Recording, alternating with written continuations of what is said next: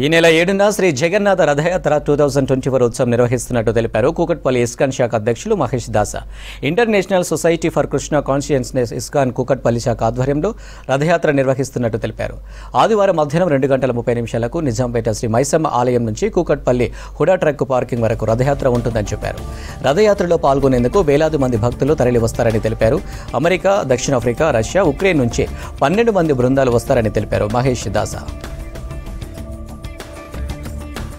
7th July తేదీన ఈ కూకట్పల్లి ప్రాంతంలో కూకట్పల్లి నిజాంపేట్ మైసమ్మ గుడి నుంచి శ్రీ జగన్నాథ స్వామి రథయాత్ర బయలుదేరుతుంది.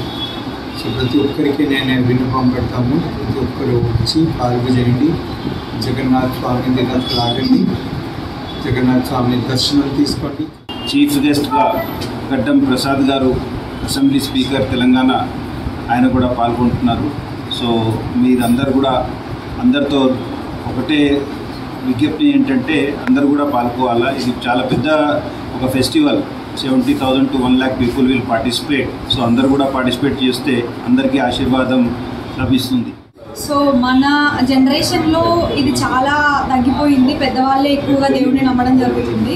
సో నా విన్నపం ఏంటంటే చిన్న వయసు పిల్లలు కూడా పార్టిసిపేట్ చేస్తే వాళ్ళకి వచ్చే ఏమైనా ఆపదల్లో ఉంటే అవి కూడా శాంతంగా అవి ఎదుర్కొంటారని నేను నమ్ముతున్నాను. I was really inspired with Jagannath Yatra, which I am invited by Mahashringa Prabhu over the 3rd year. It is really excited occasion. देखिए ये पूरा विश्व के लिए फेस्टिवल, लेकिन तेलंगाना में मुझे लग रहा है जगन्नाथ जी का भक्ति बहुत ज़रूरत है. ठीक है, जगन्नाथ जी सबका हृदय कमाल करेगा, पवित्र करेगा, क्योंकि यहाँ के लोग विशेष हैदराबाद में काफ़ी व्यस्त हैं. वैसे हमको नहीं लग रहा हम इंडिया में हो, हमको लग रहा हम अमेरिका में आ गए.